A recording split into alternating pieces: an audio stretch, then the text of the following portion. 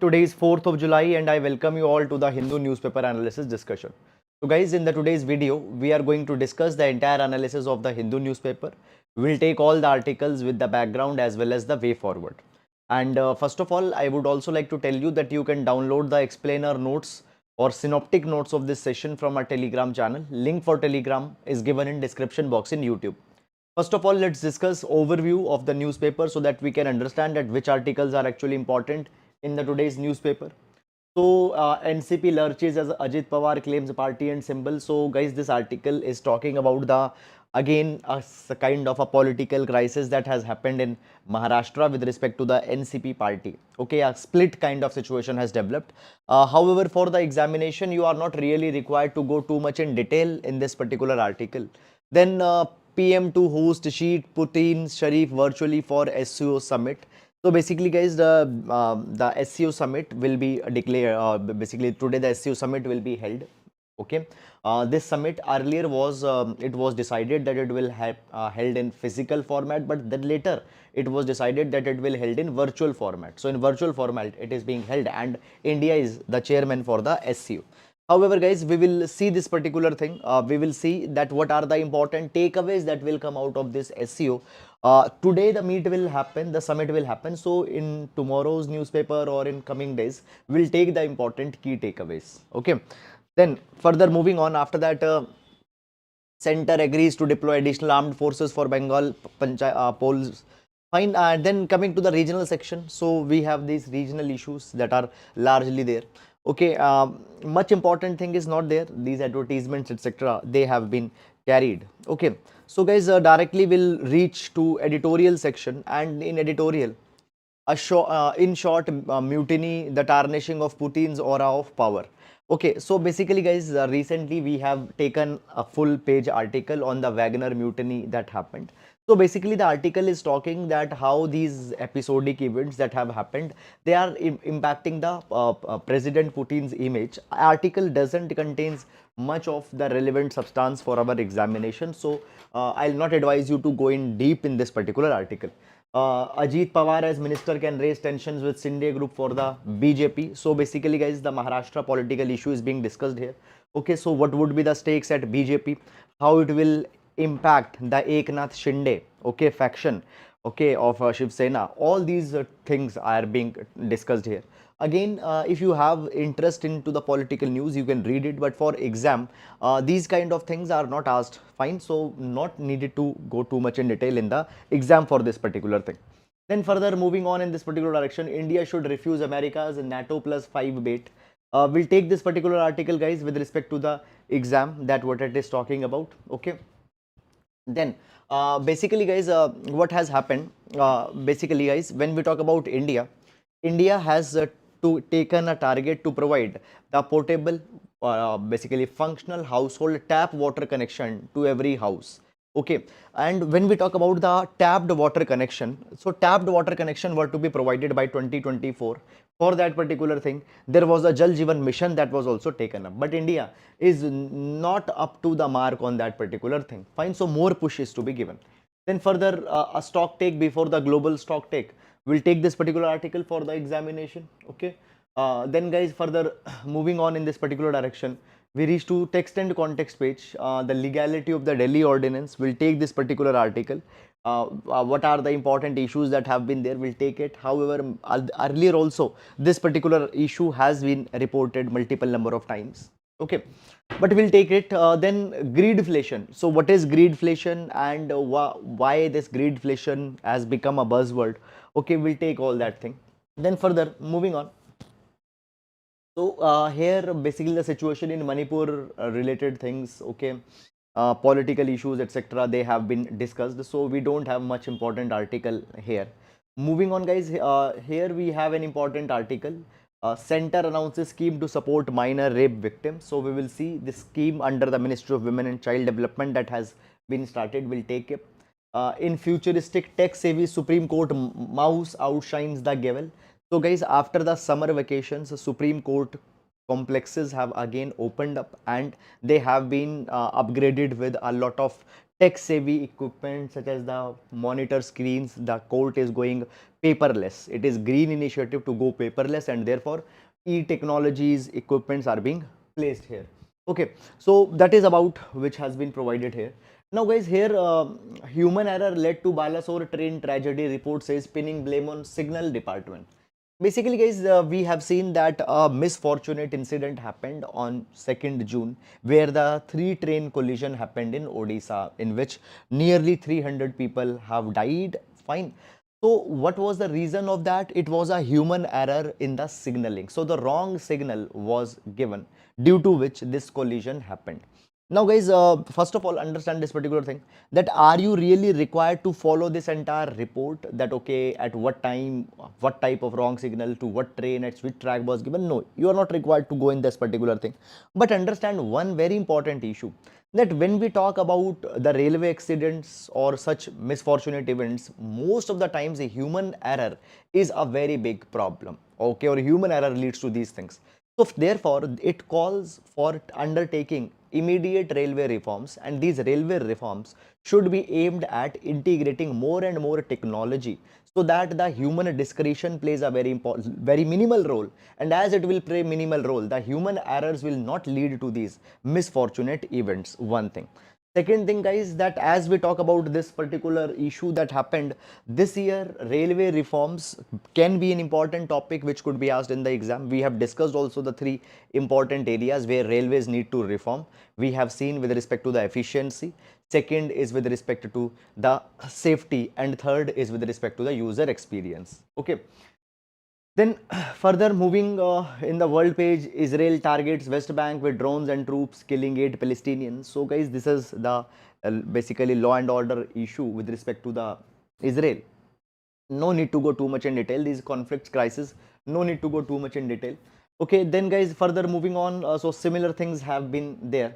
So we don't have much relevant articles on the international page for our exam, because on the world page those articles are important which contains either some issue related to Indian foreign policy or some development which will have impact on India. That is something that we need to see. Then further moving on guys, in business page, manufacturing growth eased in June. Then 76% of 2000 notes have returned back. Okay, and then there are these corporate trends, etc., which are being discussed. So again, nothing much relevant here is there. And after the sports page, in the last, we have this science page. So science page contains this article, was India's hot summer of 2023 a portent of things to come? So we'll take this particular article for the examination. So this is overview of entire newspaper. I hope that you have understood which articles are important, which articles are just to be seen in headlines. And now let's discuss all the relevant articles one by one in detail. Okay, so this is a GS synoptic notes that you can download. Okay, in every class we start with a GS quotation. So today we'll take the quotation from Greta Thunberg. Greta Thunberg, one of the youngest climate activists. So she says that the climate crisis has already been solved. We already have the facts and solutions. For example, IPCC, Intergovernmental Panel on Climate Change, is issuing the detailed reports which are talking that how climate change is happening, how it will impact. So we have all the facts. We have the solutions. For example, the climate mitigation, climate adaptation. Okay, we talk about climate sequestration. We have many solutions. Climate finance we talk about. Okay, so we have the facts and solutions. All we have to do is wake up and change. So now the thing, so basically now the concern is not that the climate change, whether it is happening or not happening, it is debatable. No, it is not debatable. We have the technologies, we have the solutions. Now the will to implement those solutions is something which is immediately needed. Okay, so this is about, and we can use it with respect to GS paper number 3 environment, as well as GS paper number 4 environmental ethics. GS paper number 4 environmental ethics, this particular idea can be used, because when we talk about the environmental ethics, it is a branch of ethics which deals with the uh, which deals uh, which deals with the human and humans interactions with their non-human components. Okay, so while we are dealing with environment, while we are treating the other species, we need to have the sense of compassion. Okay, so right now the climate crisis that is coming, to deal with that particular thing, we need to have good intentions. That is, we have to wake up and we have to change. Fine, so you can use this particular idea in that dimension. And now taking up the first article. So the legality of Delhi ordinance. Now this article will see with respect to GS paper number 2, issues related to polity. Okay, and further in the federal issues, again we can take this particular article. First of all, guys, let me tell you little bit of background information and then we'll go in this particular article. So basically, guys, from the past few years, there is a dispute that was going on between the office of the Lieutenant Governor as well as the elected government of Delhi. Elected government of Delhi, that is the Aam Aadmi Party government. And the dispute, okay, I think there is some issue that has come.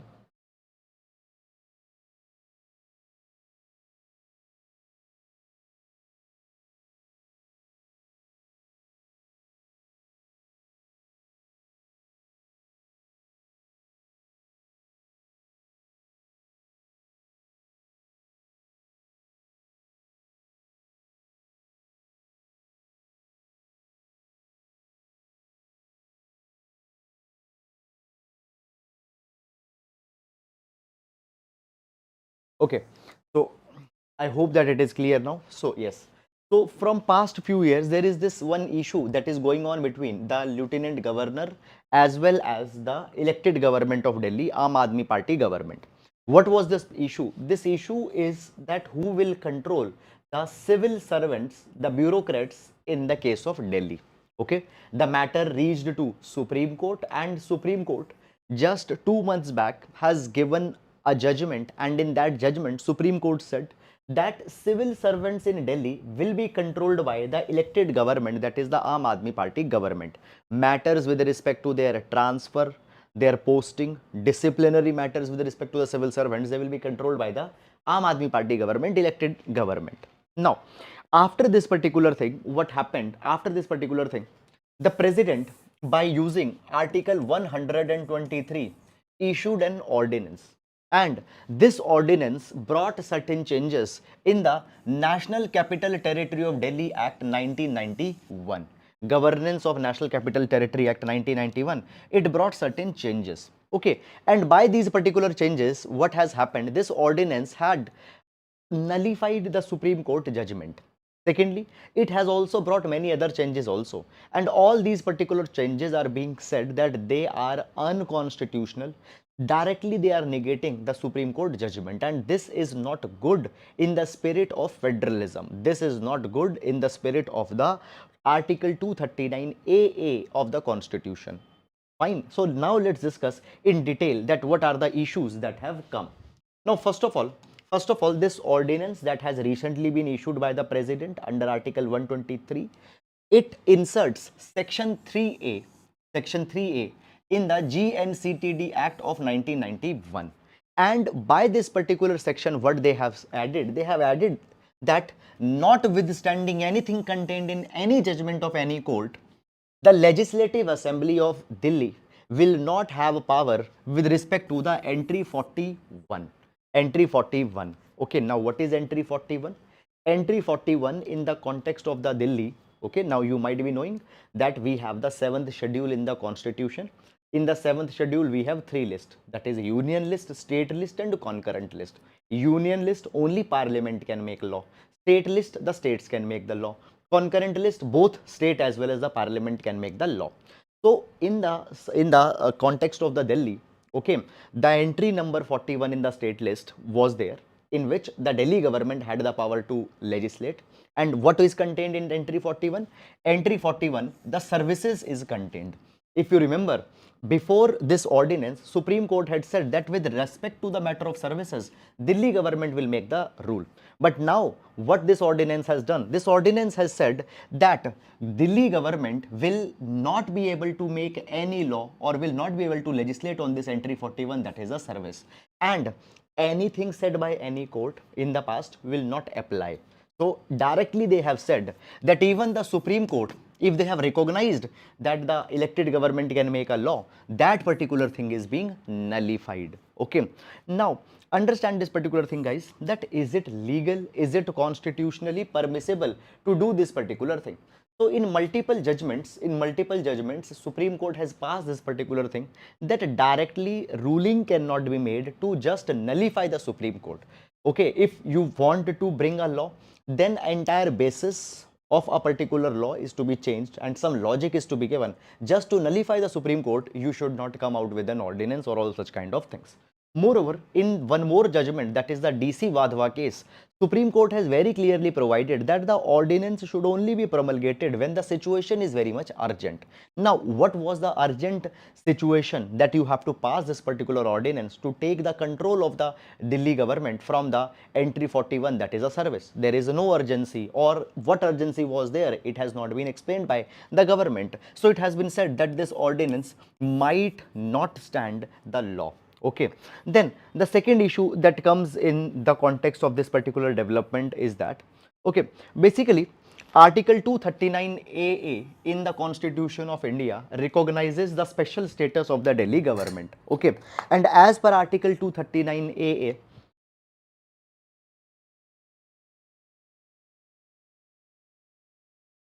as per Article 239A, subclause 3, subclause A, already this provision has been added that Delhi government cannot make law on 3 subjects, that is police, public order and land. These 3 subjects they cannot make law. Article 239A provides.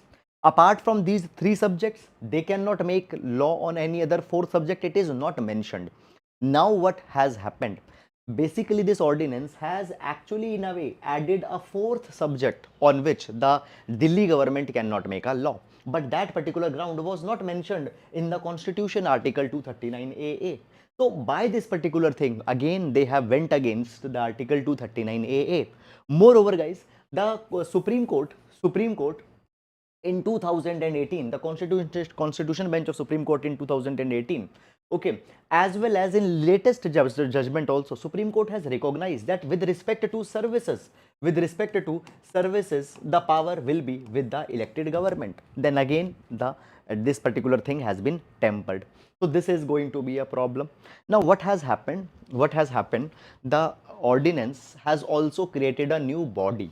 That body will be called as the National Capital Civil Service Authority, and this particular body will consist 3 members. Number 1, there will be Chief Minister, and there will be 2 senior IAS officers. There will be the Chief Secretary, there will be the Home Secretary. Now these 3 members will determine the matters with respect to the posting, transfer, disciplinary matter of the civil services. So elected government will not rule on that particular matter. This body, National Capital Civil Service Authority, will decide. Now the problem is that though Chief Minister is the chairman of this particular body, but the decision will be taken in accordance to the majority vote.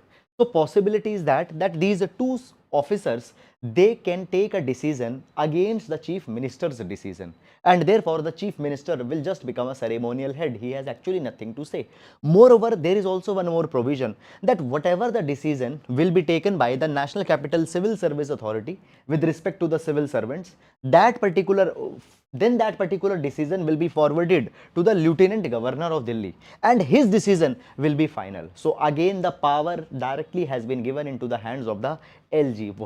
Whatever LG will decide, that will happen. So by this particular thing, we have seen this thing that virtually on entry 41, the matter of services, Delhi government now has no power, which earlier was given by the Supreme Court, and all this thing has been nullified here. Then guys, there is also one more issue that has come, that Article 239 AA subclause 4 clearly provides this power now which has been given to this body. Such power has been given to the Council of Ministers headed by the Chief Minister. But again, this thing has been overturned. Then this ordinance has also inserted some other strange and some interesting changes also. Let's discuss them. For example, this ordinance has also added this particular provision that the Secretary of the Council of Ministers, okay, now see this particular thing. We in Delhi, we have the legislative assembly. In that legislative assembly, we have a cabinet, council of ministers. Now, if the Delhi's cabinet has taken a decision, and if the chief secretary and if the secretary, sorry, if the secretary founds that the decision that has been taken by the cabinet, it is not going in line with the laws or the rules, he can bring that particular thing to the notice of the LG, and then LG will decide that what have to be done. Now this is a very ambiguous kind of provision that has actually been added. So any decision of cabinet can now be questioned. The secretary can question any decision of the cabinet, any policy matter can be questioned. That thing will be brought to the notice of LG, and LG can rule in any way that they want. So it has given a kind of an unfettered power again to the hand of the LG. Then there is also one more change that has been brought. One more provision has been inserted. One more provision has been inserted by this ordinance, that is section 45J subclause 4. Now what this particular provision provides, it talks about the summoning and proroguing of a session of the assembly. So we know that for example, in the case of parliament as well as in the case of the legislative assembly, the session is summoned when the members will come, they will decide the policy matters, and then the prorogation of the session will be done. Now this particular power earlier was in the hand of the elected government. So basically, under the present system, when the session of the legislature is to be called, when the session is to be prorogued, that decision has to be taken by the cabinet. But now after inserting this new section, what has happened, basically it has been said that the session when it is to be convened, so the chief secretary, basically it has been said that the chief secretary will submit the proposal for convening the assembly session. That proposal will be submitted to the lieutenant governor, and the chief minister's opinion would be asked. Okay, and then the session will be summoned. Now what problem has come? So earlier, when the session of assembly is to be convened, this power was completely in the hand of the cabinet and the chief minister. Now that power has been taken from the chief minister and the cabinet, and now the chief secretary will send a proposal to LG and will take the opinion of the chief minister. Now the point, what has happened, chief minister again has been made a ceremonial position. Earlier, the chief minister and cabinet was actually the only authority to decide this particular matter. So this is something that change have been brought by this particular ordinance. So these are, I think, 4 changes we have seen here. Now the article is saying this thing, that see, or the government is justifying this decision. They say that in article 239 AA there is subclause 7, and this subclause 7 of article 239 AA, it empowers the parliament to make a law to supplement the provisions contained in that article. Okay, that the parliament can make a law. But you see this particular word, the word is to supplement. Word is to supplement, you can make a law, but not to override the existing provision. Fine, not to override the existing provision. So now all these provisions are in a way overriding the Supreme Court judgment, and they are overriding the existing provisions of article 239 AA. So therefore there are these concerns that have developed in this particular direction.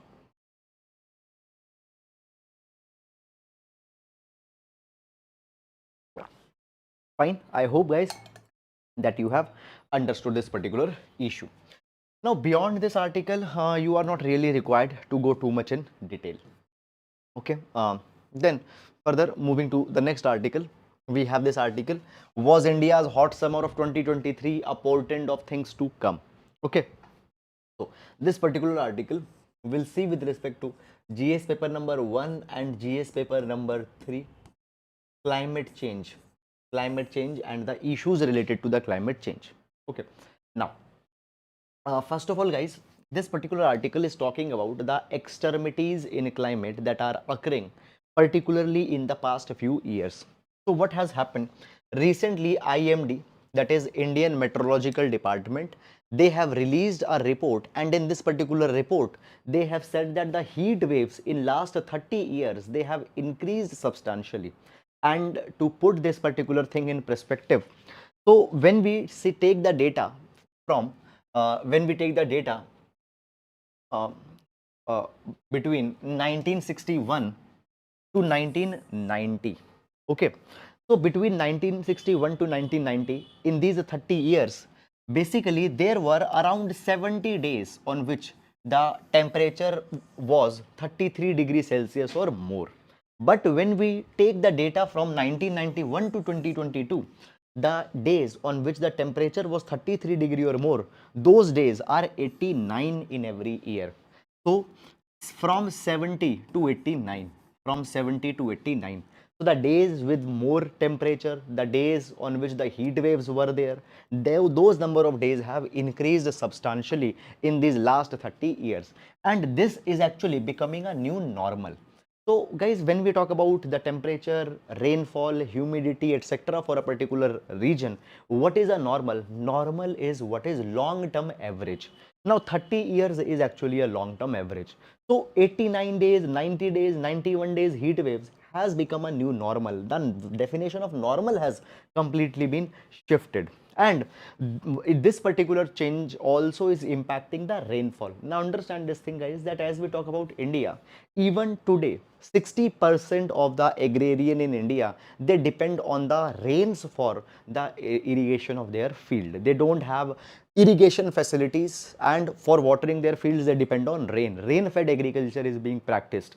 So if the rains are getting impacted, the agriculture, food security of India will be impacted. So it has led to delayed onset of monsoon. Monsoons are getting delayed. They are short but intense. They are short but intense, and even the withdrawal has been delayed. So it is impacting many of the crops. Now, guys, in 21-22, the IPCC, Intergovernmental Panel on Climate Change, have released, fine, Intergovernmental Panel on Climate Change, they have released their 6th assessment report. In this particular report, they analyze in which direction climate change is happening, how the mitigation adaptation is to be done, and all such kind of things. And this particular report has provided that there will be prolonged rain-free periods. There will be prolonged rain-free periods, and in certain parts there will be the excessive rainfall. Okay, now both of these things will be harmful for the crops.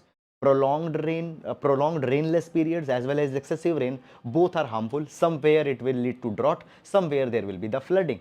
So this is highly problematic, and India will be impacted the most by these extreme events. Who says? IPCC, where in its 6th assessment report, it was released in 21-22. Okay, so they say that it is impacting.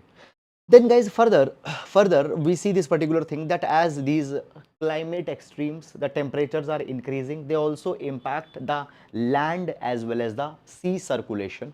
For example, on land we see this particular thing, that when the heat wave on the land is occurring, it enhances evaporation. As it will enhance the evaporation, what will happen? The soil moisture will reduce. When the soil moisture will reduce, it will lead to the drier conditions. These drier surfaces will absorb more heat, and as they will absorb more heat, as they will absorb more solar radiation, they will further reinforce, they will further amplify the heat wave. So heat wave drying the surface, dry surface absorbing more radiation, and then it is again reinforcing the heat wave. So a kind of a vicious circle will be created. Then when we talk about the ocean waters, so we already know this thing, that as the temperature will increase, it can lead to marine heat waves. Secondly, ocean acidification, coral bleaching. So when the ocean water, the temperature of the water in ocean increases, it leads to coral bleaching, in which the corals become colorless. Acidification, sea level rise will happen. How? Because when the temperature will increase, it will melt the glaciers. Okay, the big glaciers which are contained in Greenland, etc., they will be melt. Already few days back we have seen one article where this report was published, that by 23 the Arctic region will become ice free. The entire Arctic region will become ice free. So obviously the sea level rise will happen, which will further be impacting the small island nations. Now in the recent decades, we found this particular thing, that oceans are becoming warmer for a longer period, and El Nino has also played a very important role. Okay, so what is El Nino? El Nino is unusual warming up of the surface in the eastern tropical Pacific Ocean, particularly around the Peru. Okay, so these are certain things that is happening. And further guys, all these particular things, this increasing temperature, excessive rainfalls, some places drier weather conditions, all these particular things will lead to amplification. What is amplification? Now guys, understand this thing. Many environmental phenomena, they come together and they aggravate, they enhance some they enhance some climatic phenomena. Sometimes they lead to some catastrophes. For example, what happened recently? Dry conditions, dry conditions and warm conditions in Canada led to the worst ever wildfire destruction. Okay, this is amplification. So dryness, hot weather, both are coming together and it led to the forest fires. This is the amplification. So when multiple climatic factors come together, these multiple climate factors, when they come together, they aggravate the present situation and will lead to some catastrophe, will lead to some destruction, will lead to some damage. That is amplification. Okay, so such amplifications will lead to many such kind of problems, such as forest fires. It will lead to drought, it will lead to flash floods, it will lead to landslides. Many such kind of things can happen. So according to a University of Oxford, it has been said that heat and drought together, they will put 90% of the world population at the higher risk.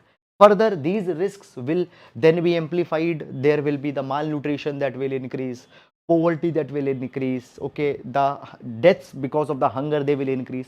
So all these particular factors are going to play because of the climate that is changing, and this has become in fact a new normal today. So we immediately need to take certain steps by which we develop the mitigation strategies for the greenhouse gas emissions with this particular change, and we now need to act immediately. This is the message that has been given in this particular article. So I hope that you have understood it. And now moving to next article, greedflation and its counter argument, how consumers ultimately decide prices. Okay, so basically guys, many number of times in the examination,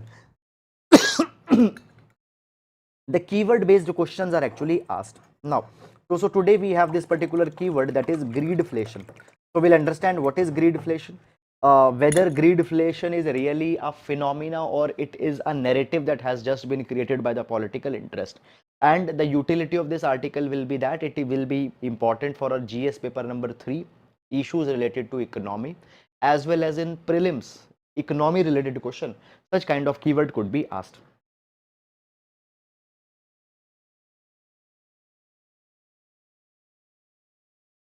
Okay, now greedflation. So what is greedflation? Now, you might have heard about the word inflation. So the inflation is a situation when the price of the most of the commodities increase. That is the inflation. Now what is greedflation? So greedflation is a situation where the corporates, out of their greed, they increase the prices of their commodities. And as the prices of the commodity will increase, many of the consumers will not be able to buy that, or they have to spend a larger portion of their income to buy the same commodity. Okay, so what is greedflation? Greedflation is inflation. Greedflation is inflation that is caused by the corporate greed.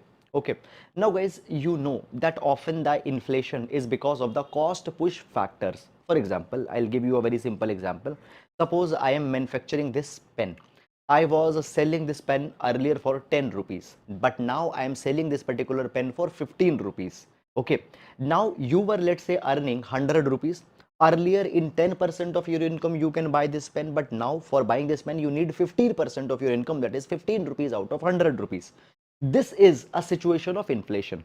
You come to me and you ask me that why you are selling this pen at 15 rupees. Earlier you were selling at 10 rupees. I'll tell you that I am selling at 15 rupees because the cost of making this particular pen has increased. So this is an example of the cost push inflation. Okay, but now at times it has been said that the inflation of the price of most of the products have increased, not because the cost has increased, not because the raw materials price have increased, but because of the greed of the corporate to make more and more profit. For example, guys, every year you see this thing that the Apple increases the prices of their devices. Okay, is really the raw material becoming expensive, or they want to make more and more profit? So many people say that it is because they want to make more and more profit. So what is greedflation? It is the price inflation caused by the corporate greed for higher and higher profits. Now understand this thing, that as COVID-19 started, and after the COVID-19, the raw material from China, they have been impacted because of the decoupling that the countries are taking with the China. Moreover, during the times of the pandemic also, anyhow, there were some corporate profits that got declined, and now to recover them, they have increased the prices, okay, of most of their goods, and now they are making more profits. Okay, so this is something. But many other economists, they say that this greedflation is just a political narrative. It is just a political story. See, politicians are not able to control inflation, and because politicians are not able to control the inflation, they are pinning this particular blame on the corporate, that these are the evil corporates which have increased the prices. So actually it is a political failure which they are putting on the shoulders of the corporate.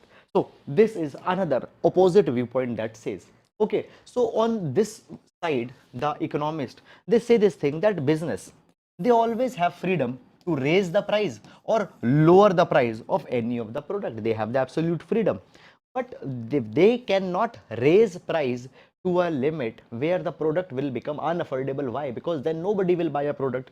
For example, I raise up the price of this particular pen to 50,000 rupees. Now obviously people will not buy this pen for 50,000 rupees. Then I have to automatically reduce the price so that the people are able to buy that, people are able to afford that. So basically, ultimately the consumers are the ones who determine the price of any product in the market. So the point is that corporates cannot endlessly increase the prices. The consumers also have to accept that particular price. Okay. Moreover, further it has also been said that it has been said that the only way the corporates can influence the price is also by influencing the supply of goods and service. Fine, suppose there is the demand of 100 pen, there is a demand of 100 pens every month, and I reduce the supply of the pen. I am supplying only 50 pens. Now the demand is 100 pen, I am supplying 50 pen, the people will pay more. Okay, so only by influencing the supply, the prices can be influenced. But there is no evidence to suggest that there is deliberate reduction in the output of the US corporation. They are not influencing the supply also. So economists have said that actually the price rise that has happened, it is not because of the greedflation, it is because of the political failure that is there. Moreover, it is also genuine that to certain extent the prices of the input, the prices of the raw material have also increased, fine, for which marginal price increase has also happened. So this is entirely a subjective thing. You might be on side where you say that no, it is because of corporate greed, but on other side you can also say that it is because of a political story, political narrative that has been created. Okay, so that is about it. And now moving to the next article. India should refuse America's NATO plus bait. So this particular article will see with respect to the GS paper number 2, International Affairs. GS paper number 2, International Affairs. Okay, so basically guys, let me tell you little bit of background first, and after understanding the background, we'll go in this particular article. So this article is talking about the NATO. NATO stands for North Atlantic Treaty Organization. North Atlantic Treaty Organization, it is a military alliance of 31 countries. 22 North American countries, that is Canada and US, and 29 European countries, in total 31. So the aim of the NATO is that if any attack will be carried on any one of the country, then all of these 31 countries will assume that a collective attack has happened on all of them, and all of them will come forward. So this is the NATO. Now, recently we have seen that the Finland has joined the NATO. Finland has recently joined the NATO and has become 31st member. And now the Sweden is also willing to join the NATO. So if the Sweden also joins, then the NATO will have 32 members. Now, when we talk about the North Atlantic Treaty Organization, it was creating during the Cold War era to counter the USSR. And many of the people, many of the analysts, they expected that the NATO will become irrelevant and NATO will be dismantled after the collapse of the USSR, that is 1991. But actually NATO had survived even after the collapse of USSR, and today the NATO has got even more legitimacy because of this Russia-Ukraine war that is going on. So NATO has got even more legitimacy today. Now, basically guys, what happened, so recently we have seen that the Prime Minister of India has made a state visit to US. Okay, and also we find this particular thing that in the past few years the cooperation between the India and US has increased, and for that thing, just a couple of days back there were the 3 excellent articles on a single day that we have discussed. Now recently what has happened, the US House Select Committee, they recommended that India should be included into the NATO plus framework. NATO plus framework. Now, what is this NATO plus framework? So, apart from 31 countries, NATO identifies some other countries also as their partner and will provide them military equipments, will provide them intelligence, will provide them assistance into the times of crisis. So, already there is a NATO plus 5 that is there. Already there is a NATO plus 5, that is the 5 members apart from the NATO. Let me tell you who are these NATO plus 5, for example. So in the NATO plus 5, just a minute, yes, so in NATO plus 5 already there is Australia, New Zealand, Japan, Israel, South Korea. Okay, they are not officially the members of NATO, but still they get all the privileges of the NATO in the NATO plus 5 framework. So India was also proposed that we also are admitting you to the NATO plus framework. But what happened? India rejected that NATO plus framework, and very beautifully India's external affairs minister said that NATO template does not apply to India. India doesn't believes in becoming the part of one particular military alliance or military grouping. Why?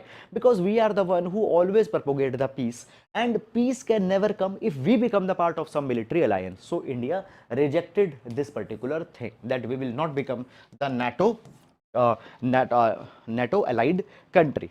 Now, basically guys, if India would have become the part of this NATO plus, okay, then we would have got a lot of assistance, I told you. But at the same time, so if India would have joined, India would have got a lot of assistance, I will tell you. For example, India could gain advanced military technologies, we could have become the part of the intelligence platforms. Interoperability between India and the defense forces of the 31 countries would have come. It has also strengthened India's stand against the China. So we have seen guys that in that post 2020, the China-India confrontations have increased, particularly after the Galwan. So to counter the China, NATO would help India. Okay, but this is actually a bait. This is actually a bait. What is a bait? When you catch fish, you put some food in the hook of your so basically when you fish, so basically I'm not remembering the name. So you have this device by which you catch the fish, on which there will be a thread, and on thread there will be this particular hook, and on the hook you put some food. Okay, so this is bait. Okay, so basically it is being said that this inclusion of India in the NATO plus framework, it is just a kind of a bait, and India should not fall to this bait as the fish falls for a bait. India should not fall. Why? Because there are many such reasons that India should not become the part of NATO. Let's discuss these reasons one by one. First of all guys, that if we become the part of NATO, it will immediately annoy Russia as well as China. Because understand this thing, initially NATO was a military alliance that was against USSR, but post collapse of USSR, it became a grouping which was against Russia, and today the China is the one which might challenge the hegemony of US in the times to come. So the NATO today is oriented against China as well as Russia. NATO needs India. Why? Because India is a country which actually is having the boundary with the China. No other NATO country has a boundary with China. So they want India. And if India becomes a part of the NATO, it will annoy Russia and China both at the same time. But Russia is an important partner for India today. For example, today we are importing so much oil from the Russia. In fact, in 2020, Russia became the largest oil supplier to India. Then at the same time, we are also Russia is also helping us in dealing with regional security challenges. We Russia are the partners under the SCO. Russia is also helping to moderate the stance with the China as well. So joining will not be good because it will frustrate the Russia. Then second thing that come guys here in this particular thing, that joining the NATO system might be tempting, might be very attractive for India because of the China factor. But actually it will become counterproductive and detrimental. Understand this particular thing, guys, that if we become the part of the NATO, then India's policy towards the China will not be free. We have to abide by what the NATO countries think. So the freedom will go. Okay, so the military framework will limit India's freedom of action and prevent it from pursuing the independent policy towards the China. Then third, India has always maintained the policy of strategic autonomy. Now, what is strategic autonomy? In the very simple words, strategic autonomy provides that we will not have any permanent friend, any permanent enemy. We will choose our partners as per our need, as per our priority. Okay, so we are not going to have any permanent friend, any permanent interest is not there. But if we join the NATO, indirectly it shows that India has chosen a permanent interest. So therefore, it is not again going in line with the strategic autonomy of India.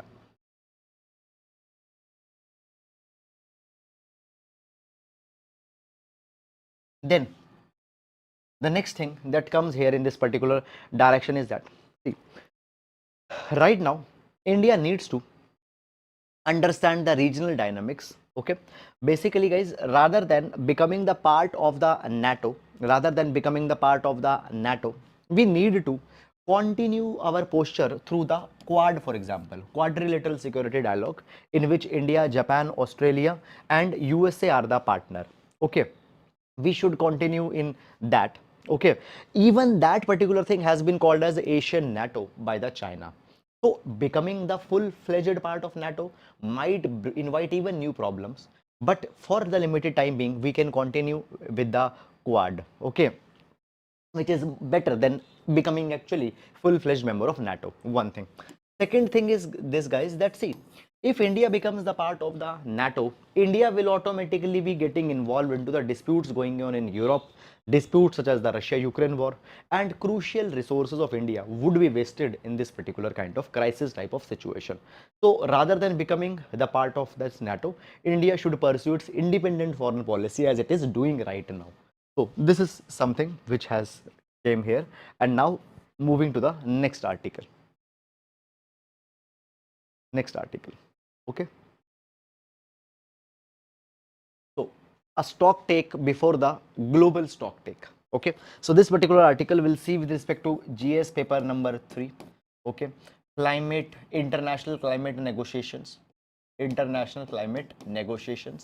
In GS paper number 2, climate diplomacy also, this article can be utilized. Now, first of all, guys, let me give you some of the basic background information. Okay, now see, almost every year, we hold the Conference of Parties.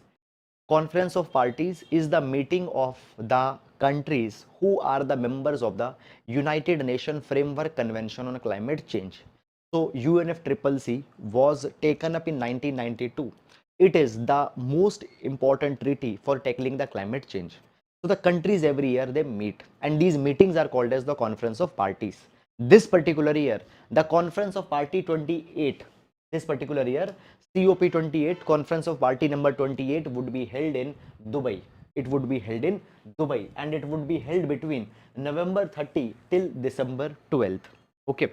Now this particular year, that is 2023 COP, that is COP28, is going to be very important. Why? Because it will be GST meet. It will be GST meet. What is the GST?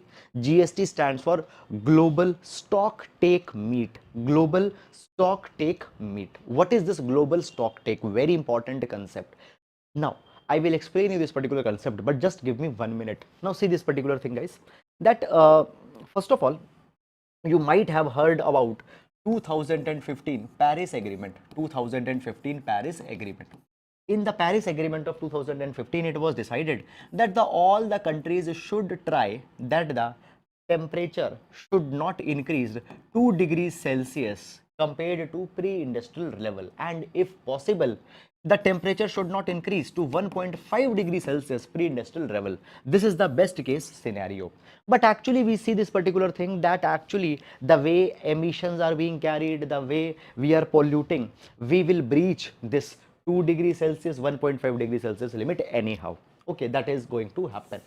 Now, basically in the Paris Agreement, it was decided that 2023 onwards, at every 5 year, 2023 onwards, at every 5 year, a global stock taking meet, should happen. This global stock taking meet will see the efforts that have been taken till now. The efforts that have been taken, are they sufficient, or we need to increase?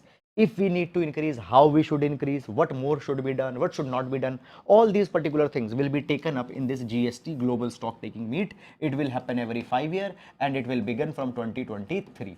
So this particular year GST will begin, global stock take will begin, and it will happen in the Dubai. It will happen in Dubai in UAE. Okay, now guys, understand one thing, that before this COP28 is actually held in November. Before that, fine, there was this Bonn climate change negotiation that was held. Now understand this particular thing. See, when a big meeting happens, before the big meeting, we assemble to decide that, okay, what are the things that we have to discuss in that big meeting, so that we can follow that particular sequence, we can follow that particular repertoire. So basically, before this 28 COP will held, recently this Bonn climate change conference was held. And in this Bonn climate change conference, we decided that what things we are going to discuss in this COP28. Okay, and how the GST will be decided in this COP28. All those preliminary discussions, all those precursory discussions were taken here in the Bonn sessions. Okay, so in this Bonn session, what happened? The parties, they exchanged the informal notes. The parties, they exchanged the informal notes that what they are going to discuss. Okay, this is something that happened. Okay, so I have already told you that in 2015 Paris Agreement, the GST global stock taking exercise was decided, which will assess the progress of the fight against the climate change.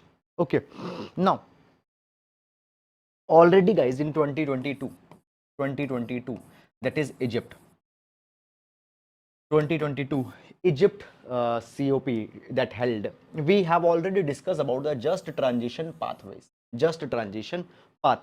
Now in the Bonn conference also, just transition pathways have been discussed. Fine, in the Bonn, just transition pathways have been discussed. In Egypt 2022, we talked about the just transition pathways. Now what are these just transition pathways? Basically guys, today, for example, the countries are dependent on to the carbon. They are dependent on coal, for example, for their electricity needs. So transition pathway means that we want to move from the carbon based energy systems to the renewable energy systems. From coal, we want to move to solar. From coal or from natural gas, crude oil, we want to move to solar, wind, etc. Okay, so transition is to be done. Now what is just transition pathway? Understand this thing. Rich countries can carry their transition easily because they already have a lot of money, they can invest in technology. But what about poor countries? What about developing country?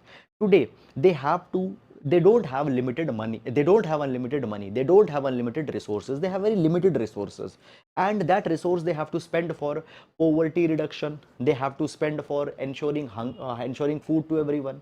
So we cannot invest that much in transition platform. Moreover, there is also the CBDR, that is the common but differentiated responsibility regime. There is common but a differentiated responsibility regime. What is this CBDR regime? Basically, it is said that tackling the climate change is a common responsibility, but at the same time, it is differentiated responsibility. Rich will do more, poor will do less. So the developing countries, they are saying that we have to transition from carbon based energy system to the renewable energy system, but we need money, we need technology, and the rich countries should give us money and should give us technology. So this is the just transition, justice based transition. This transition was brought up in 2022 in Egypt, and now in the Bonn conference also this particular thing has been talked about. And how that just transition will happen? It will happen by the financing. So India has specifically highlighted that we need financing, we need money, we need technology for this just transition.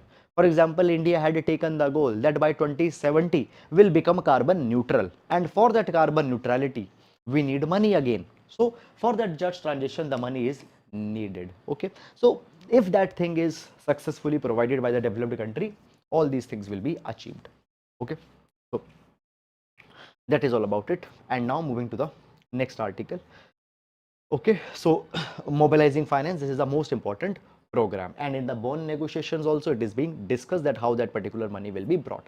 But till then guys, no need to go too much in detail in this particular article. Why? Because exactly by the end of this particular year in November, this COP28 will actually be held, and when actually it will be held, what are the actual key takeaways, we will be able to understand them better. Fine. Then moving on to the next article. So center announces a scheme to support minor rape victims. Okay, now what is this scheme all about? Let's discuss that. Fine, just a minute.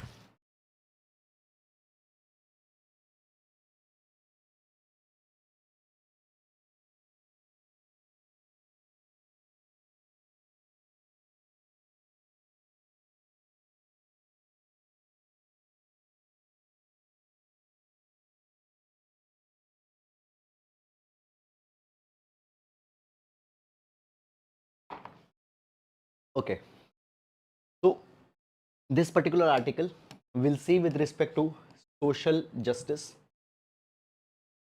We'll see this particular article with respect to social justice, GS paper number 2, and within the social justice, issues related to the children. And when we talk about the children's children in the sexual abuse is a very children sexual abuse is an important theme with respect to our examination. What are the systems that are there to protect the children when they have met with this unfortunate event? Fine, we need to prepare for that. So now the central government has come out with a scheme to protect the children who are in the crisis. Okay, now understand this particular thing. So basically guys, the Ministry of Women and Child Development, they have announced a new scheme, and this particular scheme will help the rehabilitation of the children who have faced some sexual harassment or sexual assault. So basically, the minor rape victims, the children below the age of 18, when they face the rape, it leads to a lot of trauma. It leads to a lot of mental torture. It leads to a lot of mental agony for them. And immediately they need medical help, they need financial help, and they also need the infrastructural support. Many number of times, the teenage girls, when they are raped, they also become pregnant. Okay, so during that particular teenage pregnancies also, they need a lot of support. Okay, so this is something. Now, in order to deal with this, Ministry of Women and Child Development had come out with a new scheme, and for that money would be taken up from the Nirbhaya fund. So Nirbhaya fund was a dedicated fund that was created for the safety and protection of the women. So from the Nirbhaya fund money would be taken up, and a new scheme would be launched. This particular scheme would provide the medical, financial and infrastructural support to the children who have been raped. The minor children who have been raped, they will be provided these assistance.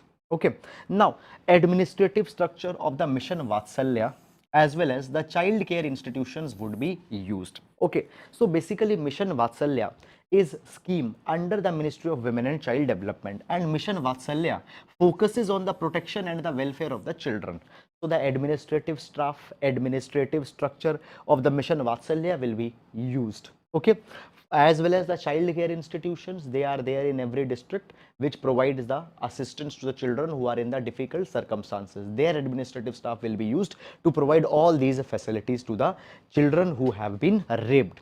Now, when we talk about the number of these children, it has been very large, misfortunately.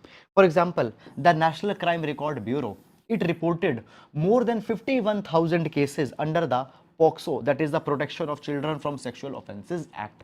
And out of these 51,000 cases, okay, large number of cases were the cases, 64% cases were the cases of the penetrative sexual assault and aggravated penetrative sexual assault, that is the rape.